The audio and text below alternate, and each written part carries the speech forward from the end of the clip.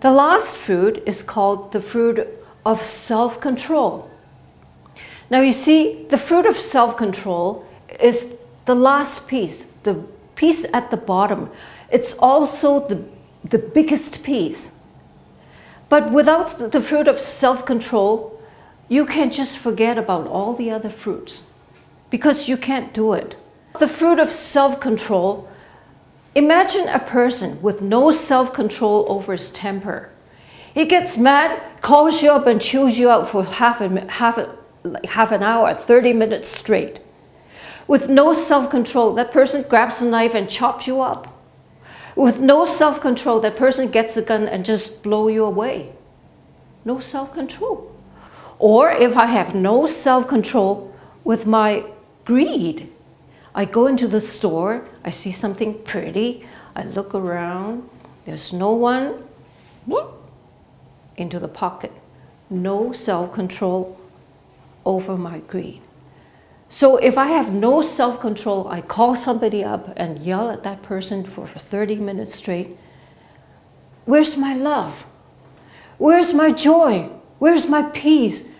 Where's my kindness? Where's God's goodness in me?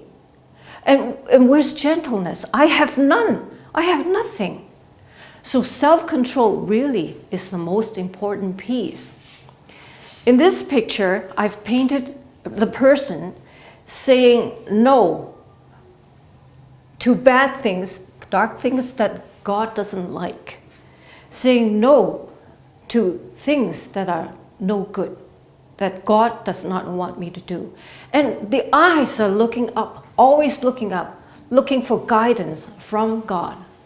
The eyes are focusing on God. And you're going to say, and I'm going to say too, I'm human. I cannot do it. You tell me to love that person, I can't do it. Or if you tell me to be patient, waiting for God's timing, I can't do it. Then what am I going to do?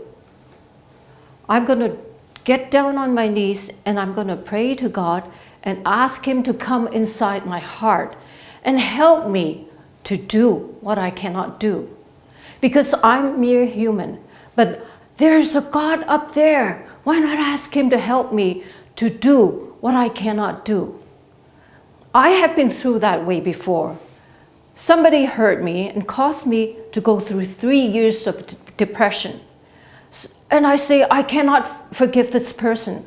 So I turn to God and I ask Him, please come inside my heart and help me forgive that person.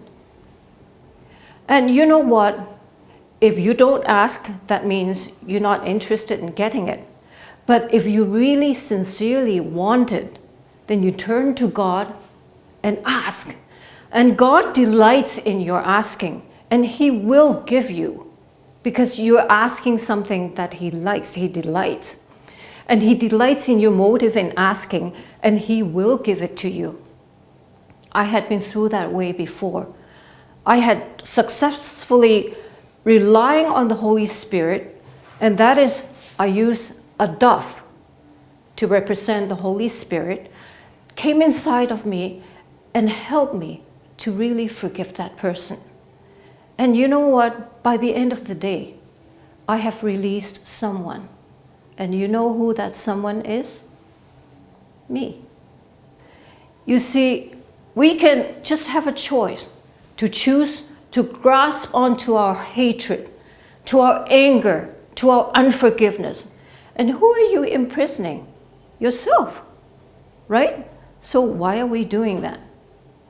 We turn to God, and as the Holy Spirit, He comes and helps me. And I've used the dove to represent the Holy Spirit. So this is the fruit of self-control. And now I'm going to tell you why that one certain painting, what is it doing here amidst all these paintings that don't really seem to match the style of the rest of the set.